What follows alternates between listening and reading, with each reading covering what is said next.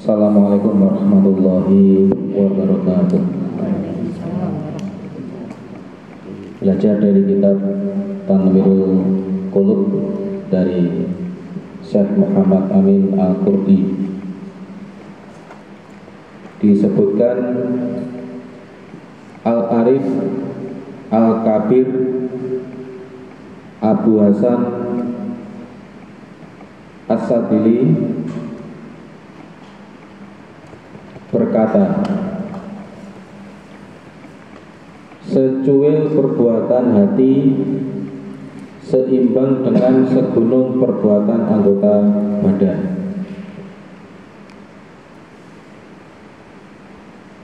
Mengenal dan mengolah latifah dijabarkan menjadi 5 bagian. Yang pertama, latifah al-qalbu.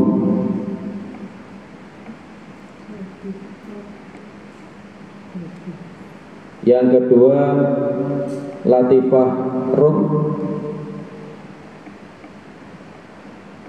Yang ketiga, latifah asir.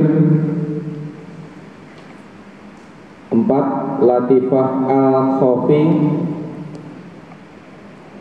5, latifah al-akhwa. Penjelasannya, latifah al-qalbu berada di bawah telapak kaki Nabi Adam alaihissalam. Cahayanya berwarna kuning. Apabila cahaya latifah ini telah keluar dari depan pundak dan menuju ke atas, atau padanya diperoleh getaran atau gerakan kuat, maka hendaknya ia menuntun latifah ar-ruh. Penjelasan latifah ar-ruh berada di bawah telapak kaki Nabi Nuh alaihissalam dan Nabi Ibrahim alaihissalam. Cahayanya berwarna merah. Zikir berada dalam ruh, sedangkan wukuf berada dalam hati. Latifah asir, ia berada di telapak kaki Nabi Musa alaihissalam. Cahayanya berwarna putih.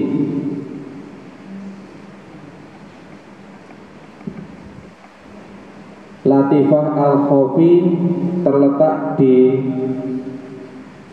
telapak kaki Nabi Isa alaihissalam. Cahayanya berwarna hitam. Bila menyala, hendaklah ia menuntun latifah al-akhfa. Yang terakhir, latifah al-akhfa, ia berada di bawah telapak kaki Nabi Muhammad SAW. Cahayanya berwarna hijau. Karena itu sibuklah dirimu untuk mengolahnya dengan zikir sebagaimana telah dijelaskan sebelumnya. Mohon penjelasan dari guru, karena secuil perbuatan hati termasuk zikir seimbang dengan segunung perbuatan anggota badan. Bagaimana maknanya? Mukadimah saya sudah membahas bentuk apapun perbuatan yang pertama yang paling jelas nawaitu. Nawaitu artinya niat. Bisa jadi kamu melakukan ibadah karena tekanan. Bisa jadi kamu beribadah karena perintah dari orang yang kamu takut. Bisa jadi kamu beribadah karena hukum. Tapi kalau beribadah karena petunjuk Tuhanmu, itu disebut khotir robani, bisikan Tuhan. Bagaimana kita menghilangkan lintasan-lintasan batin tadi yang selain Allah?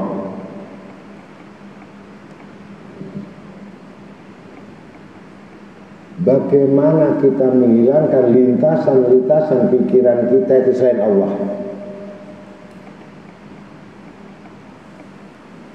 Kalau sudah manusia mengenal latifatul khofi,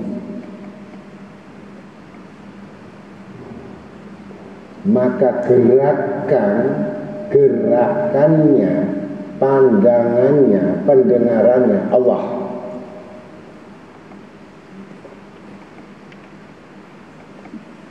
Kamu bisa melihat sesuatu bukan Allah. Kamu bergerak sesuatu bukan Allah. Kamu berpikir sesuatu bukan pemikiran tentang sifat Allah.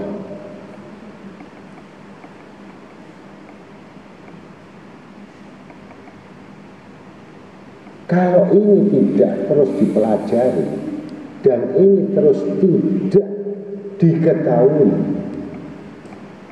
ini orang buta. Bahaya sekali dan sangat besar bahayanya.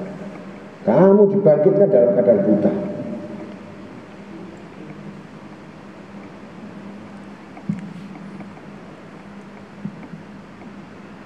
Al-Imam Habib Abdullah bin Awi bin Muhammad Al-Haddad Al-Habib Umar bin Abdurrahman Al-Aqas bin Rafi, kenapa dibutakan oleh Allah dengan penyakit yang ada? Semakin besar syukurnya kepada Allah, karena mata hatinya lebih terang dari matanya. Jarum yang jatuh dengan kegelapan malam hari, tanpa lampu, matanya tanpa melihat, tetapi mata hatinya lebih terang daripada mata yang kelihatan ini. Bahkan tahu di mana jarum itu jatuh. Dengan kalian, apa yang terjadi?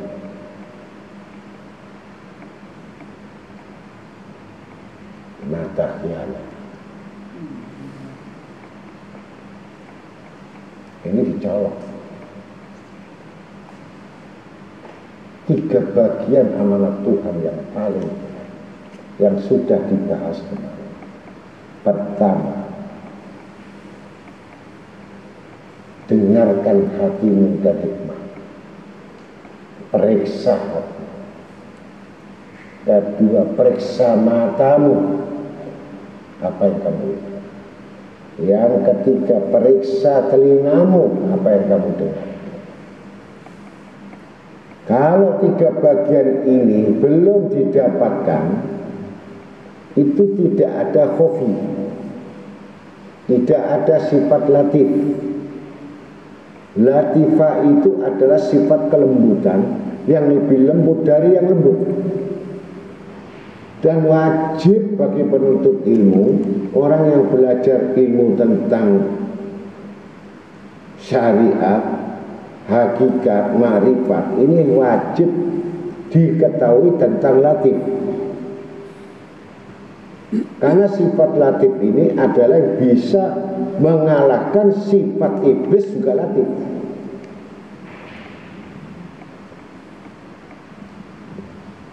Nama Allah Al-Latif.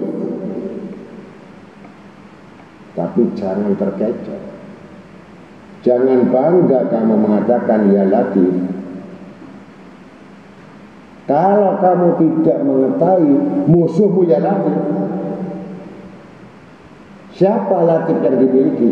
Iblis, mal'un lanatullah, punya Latif.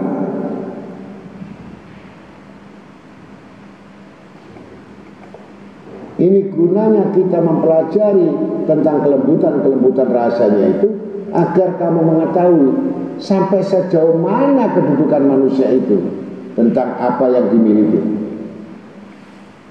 Bukan sholat yang kamu maksudkan, bukan yang zikir kamu maksudkan, bukan puasa yang kamu maksudkan, dengan kamu banyak menangis yang kamu maksudkan, Tapi kamu tidak memiliki ismul latif, tidak ada latif di dalamnya, maka itu sarang daripada semua nafsu.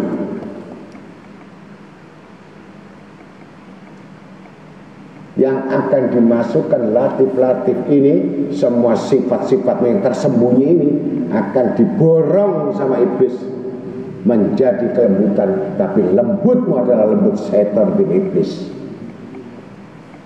Kamu tidak sadar. Tapi diketahui sama orang-orang yang punya ismul latif bahwa pandangan ini, hati yang didengar, pikiran yang berjalan, yang bergerak iblis semua yang menguasainya.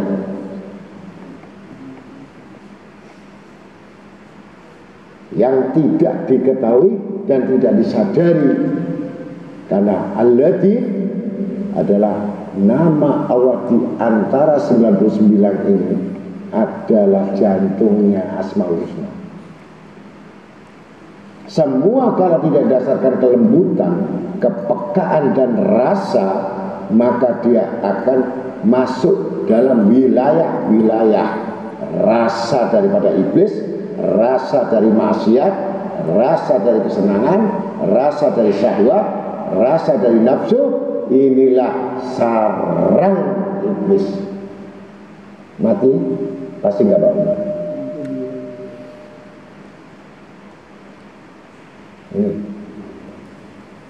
Wajib untuk mengetahui rahasia ini.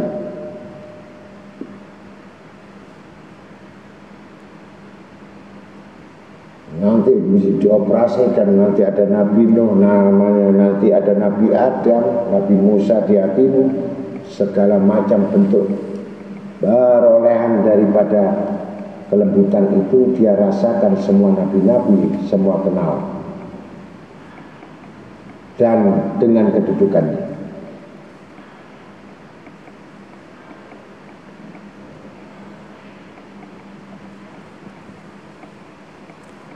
Olahan-olahan yang dibuat oleh manusia itu disebut settingan manusia.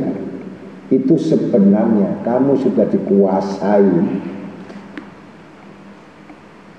oleh nafsumu yang membara, yang meledak, akalmu yang pandai, sistem yang kamu jalan, program yang kamu atur, yang semuanya tidak ada di Al-Quran. Tidak ada sistem itu perintah Tuhan, tidak ada. Yang perintah Tuhan itu adalah bentuk kelembutan yang tidak bisa dirasakan.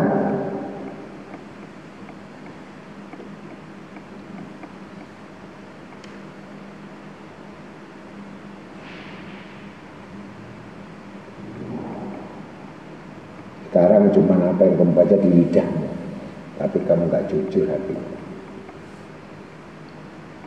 Hatimu tak pernah jujur, matamu pun tak pernah jujur,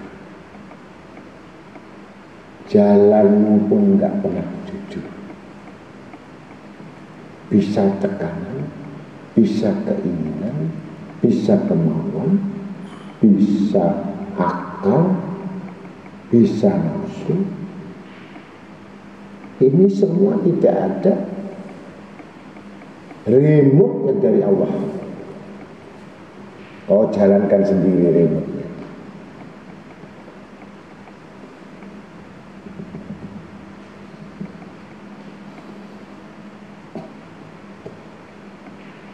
Maka di surat Al-Kahfi, di tengah itu ada warna merah. Satu-satu tulisan di surat Al-Kahfi itu ada merah. Tidak ada Quran yang lain tulisan merah, hanya satu ayat ini aja. Dikuatkan surat Al-Kahfi ini jantungnya ini. Wa yatalataf wa la yus'iranna bikum akhada.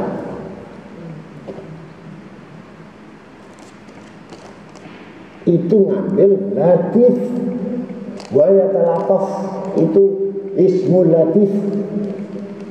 Bikum akhada. Hanya satu saja Tuhan, ahad.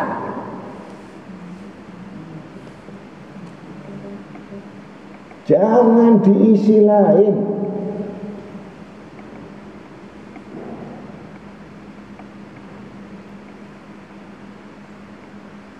Kau selalu membuatkan kesempatan rumah-rumah iblis kamu tempati dengan kau masuki bilik-bilik itu dengan lintasan yang terbesit, entah datangnya dari mata, entah datangnya dari hati lintasan, entah datangnya dari pendengaran, entah datangnya dari gerakan, itu semua masuk di dalam sarang-sarangnya iblis.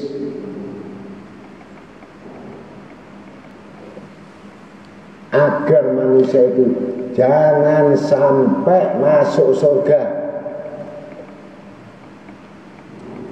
jangan sampai jadi benar, jangan sampai dia itu bisa selamat. Itu tugasnya iblis.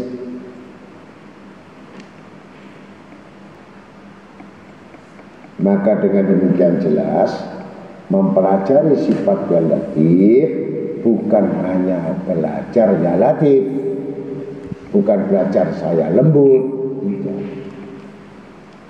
Hancurkan hatimu itu, hancurkan segmen-segmen yang gak bener itu.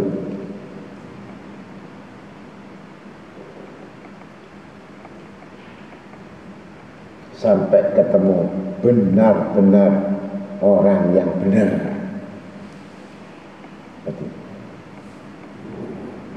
Sekarang kamu tertipu, kamu anggap itu orang benar, kamu anggap itu orang baik, kamu anggap itu orang yang beriman. Kau tidak tahu siapa mereka. Andai kata istighfar gak benar, padahal istighfar benar. Andai kata bertaubat gak benar, andai kata ngaji gak benar, semua dibuat pelarian semua Allah Ta'ala ini. Bukan tujuan. Kalau sudah bukan tujuan Allah, semua amalmu, semua ibadahmu pasti tidak menuju Allah.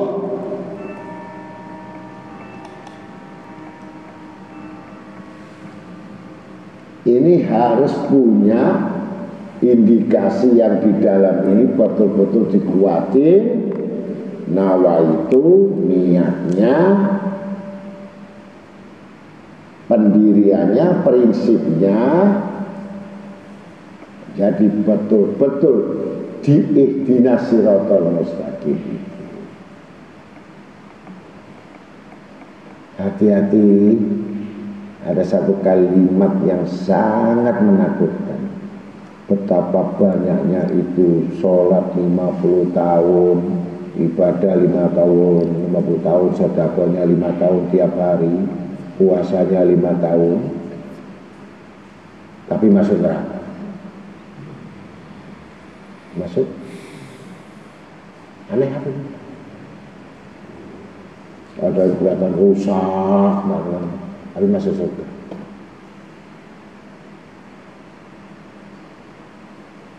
Diperiksa, bukan karena Allah.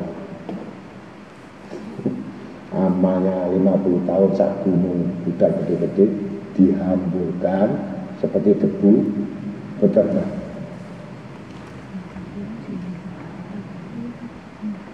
Kan sudah kamu tulis. Bangga dengan amalnya, bangga dengan wudhunya, bangga dengan sholatnya, bangga dengan ngajinya, bangga dengan sedekahnya. Padahal semua 50 tahun dibungkus, dilempar seperti itu berputar. Masukkan dia neraka. Dia beramal ibadah bukan karena aku, kata Allah. Dan saat itu dia tidak akan bisa mengelak apa semua yang ada di hatinya. Semua terpapar, terurai, jelas gambarnya. Itu kan.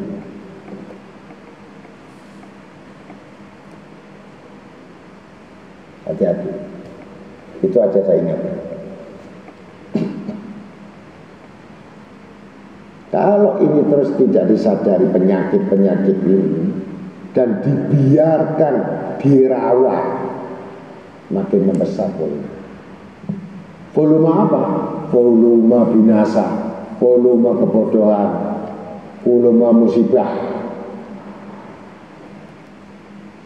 Ini yang wajib dicari kelembutan-kelembutan itu, baik secara dohir maupun secara batin. Periksa, benar nggak hatimu itu? Kalau saya dulu, saya lain dari Allah, malu saya ketemu guru. Saya tidak akan ketemu guru sebelum saya selain Allah, saya Rasulullah, saya tidak jadi. Najis saya ketemu guru. Itu saya. Pertemuan antara cahaya dengan cahaya tidak bisa dikotori dengan kegelapan. Bersihkan dulu hatimu, bersihkan dulu hajatmu, pikiranmu, baru menghadap. Kau akan mendapatkan hikmah. Karena saya tahu sendiri, kalau saya ibarat ketemu seorang yang dimuliakan Allah, tapi saya menganggap dia, orang yang dimuliakan itu seperti saya,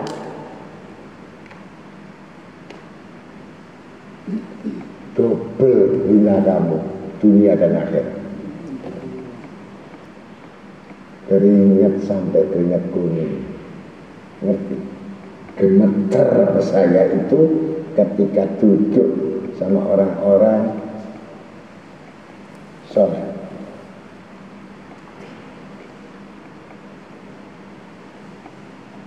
Auranya, hawanya sangat besar sehingga tidak mampu saya untuk memandang. Periksa, kata guru saya, kamu masih menyembah hawa nafsu. Kamu harus menyembah Allah. Kenapa kamu sebagai menyembah Allah, zikir kepada Allah, sholat kepada Allah, kok tambah gebu-gebu keinginanmu itu selain Allah? Aneh apa tidak? Berarti kamu tidak pernah memeriksa hatimu. Nah, sejak itulah saya mempelajari secara dini hati kami sendiri, sampai saya betul-betul merasakan keberadaan malaikat itu yang menjaga saya. Begitu kira-kira. Bukan siapa-siapa, semua jadi buruk. Maka ya Latif sampai dikuatkan satu ayat tadi, Allah Latifun ibadi yarzuk ma yasha'u wa huwal qawiyyul aziz. Allah itu latif. Dengan aku ibadah kepada-Nya, yarzuk, berilah kami rezeki. Rezeki apa yang kamu maksud?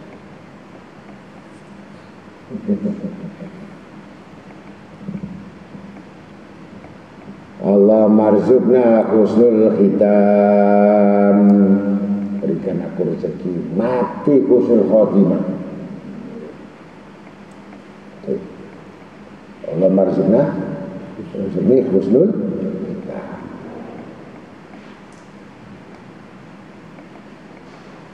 Itu puncak kehidupan kita ini sebenarnya itu.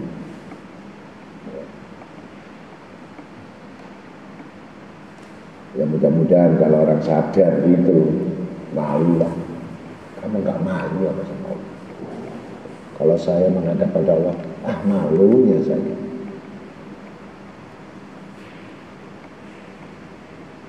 Ini diberi, ini semua diberi. Bagaimana saya harus membayar dengan Tuhan? Ada seorang muhibbin bertanya kepada Habib Soleh bin Muhsin Al-Hamidan,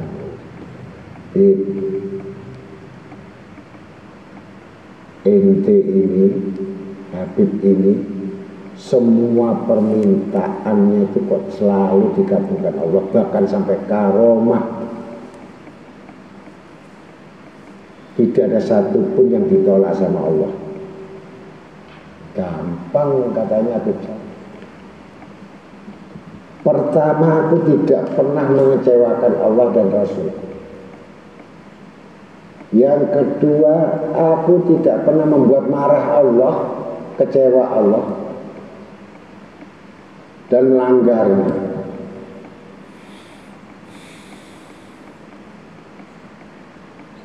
Mataku selalu mandang keindahan Quran dan kitab. Memandang selainnya, aku haramkan diri. Aku memandang, aku harus mengerti tentang sifat Allah. Aku mendengar, aku selalu mendengar yang selalu manfaat, baik untuk diriku, untuk orang lain. Kemudian aku bicara, tidak bicara tanpa izin Allah. Maka setiap ucapanku adalah pengabulan Tuhan. Lalu Soleh kata,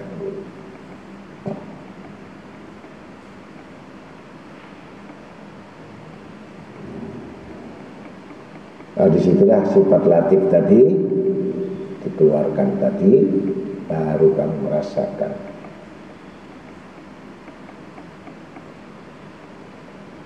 Gak beresnya hati ini seperti kamu tahu, kalau mesin melidik. Apa ini? Saya kerja benar. Apa mana ini? Wong sudah ahli mesin, jadi di servis tahu yang kena ini. Latinanya ini saya kerja di pirnya. Ini karetnya ini. Oh, kurang perawatan ini. Nanti dari simulatif mudah-mudahan, apalagi menginjak 60-an saat ini, supaya kamu ngerti. Ketika 60-an saat ini sudah dibuka untuk ma'rifat, kemudian diperintahkan Rasul Sallallahu Alaihi Wasallam untuk mencari seorang guru lagi yang mengesahkan ada di atas gunung, dibuang, dan depannya ada air terjun. Setelah menjadi wali autab, wali abdal, wali ini semua nukoba, untuk menjadi wali kutub itu harus izin sama yang di gunung tadi, berguru. Itu karena sudah terbuka hijab semua. Mudah-mudahan Allah Ta'ala memberikan saya menjadi wali kutub. Hanya kepingin jadi wali kutub, keluar dengan kasarnya. Ya Hasan Syasadili, harusnya itu pangkat sama kamu aku berikan. Berhubung nafsumu yang keluar ini menginginkan selain Allah, tapi dengan jabatan, maka aku cabut. Hanya lintasan didengar wali. Hati-hati masalah hati. Hanya menginginkan bukan yang jelek. Dia tahu bahwa di situ akan ada pengangkatan diploma jadi wali kutub.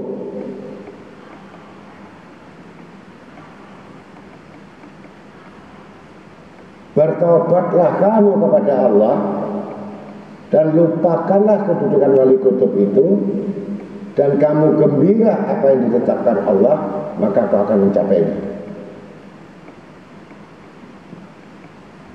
yang sudah wali. Apalagi manusia yang banyak furuk, yang banyak maunya, yang banyak keinginannya, banyak angan-angannya. Udah jangan ngaku iman. Ini masih iman. Udah gugur semuanya. Ini hal yang paling rendah saja. Nggak usah ngomong yang supaya saya jadi ustadz, supaya saya jadi gus. Itu aja seperti itu. Dicabut. Supaya disebut saya orang solehah, supaya disebut orang yang soleh, itu kamu dicabut. Oh, bisa melakukan kebaikan, bisa beramal. Sekali lagi, ya rahmatan lil alamin. Rahmat Allah yang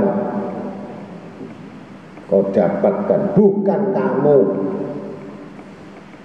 Kamu itu siapa? Tidak ada apa-apanya. Antum fuqara, anal ghani al hamid. Kamu itu fakir.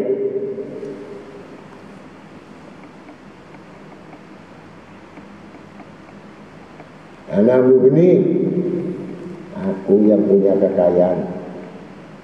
Ana ghani, aku yang memberikan kekayaan. Itu.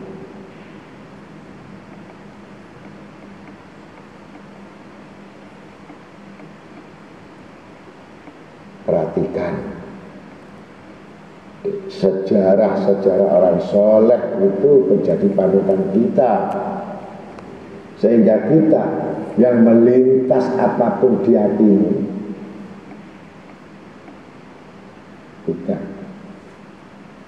bukan dari Tuhan. Kau sudah memberikan jalan kepada iblis. Kau sudah memberikan jalan kepada setan-setan berlalu lalang di hatimu. Apakah jalannya itu? Nafsu-nafsumu itu yang sudah kau bikin banyak jalan, sehingga sering dilewati oleh setan-setan, sehingga tidak ada jalan malaikat yang melewati, sehingga kamu tidak tahu lintasan malaikat itu kamu tidak merasakan. Akhirnya sampai kamu beku terhadap amal ibadahmu. Aku minkum. Wassalamualaikum warahmatullahi wabarakatuh.